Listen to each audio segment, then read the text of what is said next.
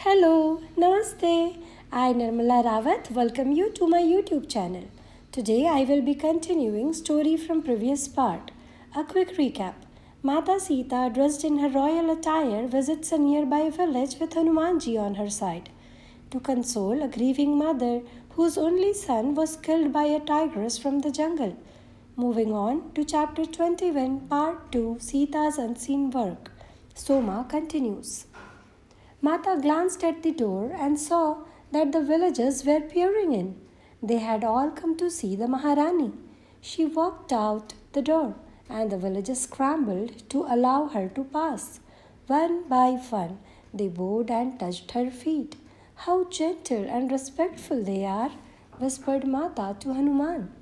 We will find that tigress and kill her, shouted a man from behind, thinking perhaps that this would please the Maharani. Mata stopped and turned to see who had spoken. She saw standing amid the crowd a man who looked like one of the village elders. She shook her head and said, If you do, more violence will follow. You must end this killing now. The crowd fell silent. But Maharani, if we do not kill that vicious animal, she will kill again. I met the tigress, Mata said. A hunter had killed her cub, and in anger she retaliated. But in that process, she killed an innocent boy. I have sent her deep into the forest. She will not kill again.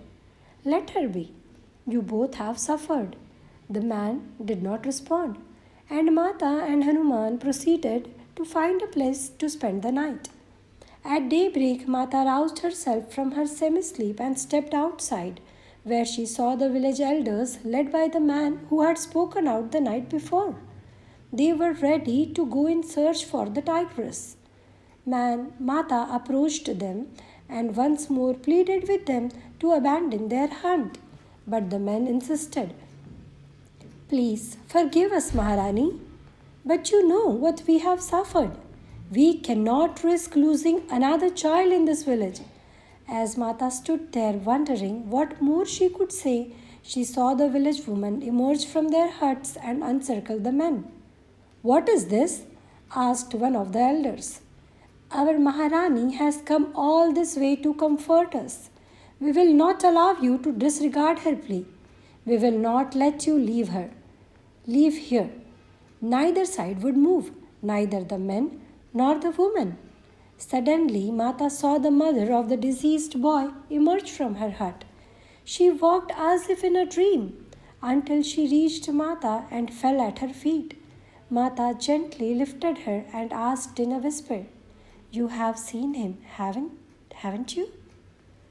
Your son came to you last night in a dream, did he not? She nodded. What did he say? Tell all the village what your beautiful son said to you. He asked me not to cry anymore, and he asked me not to kill the tigress. He said she too has lost her child. Tears filled her eyes as she spoke. No one said a word. Finally, she turned to the elders and pleaded, Please, do not disobey the Maharani. It is for the sake of my son that I ask this. The group slowly disbanded, returning to their own huts. But as they left, Mata said to the hunters, To keep peace in this forest, take no more than what is needed for your sustenance. It is not we who are transgressing, Maharani, said the village chief to her.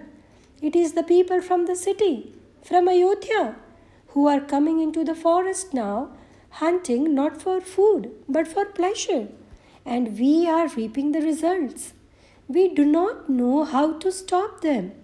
A look of surprise and concern crossed Mata's face. This was a new development, one that she had not heard before. I will see what can be done, she said. Before taking her leave, Mata embraced the mother and said to her, In a few years you will have another son.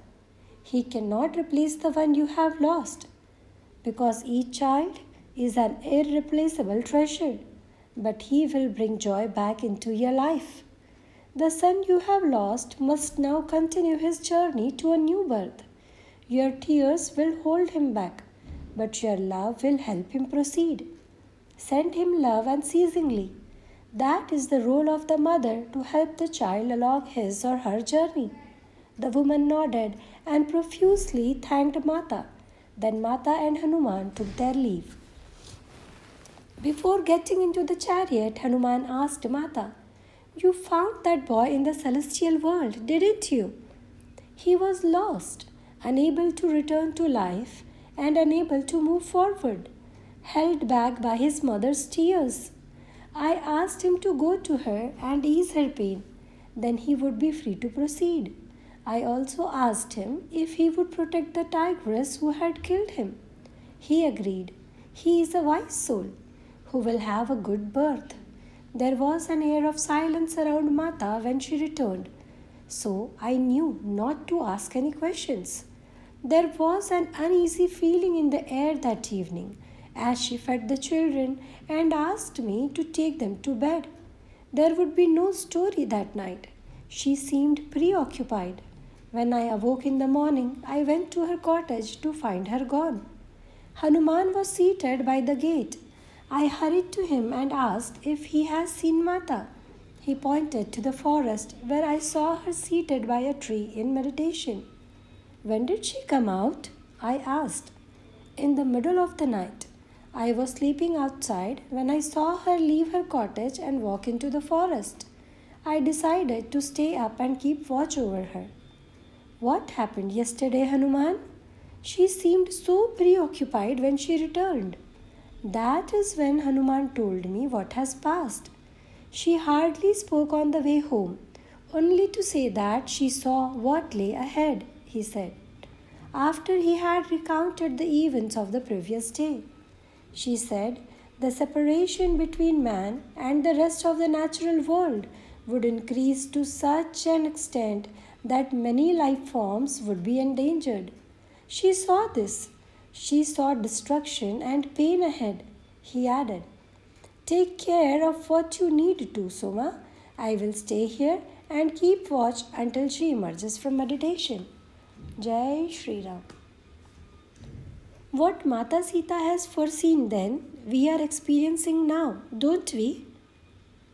Let's be more human and try to love and protect Vasundhara Ma in any way we can.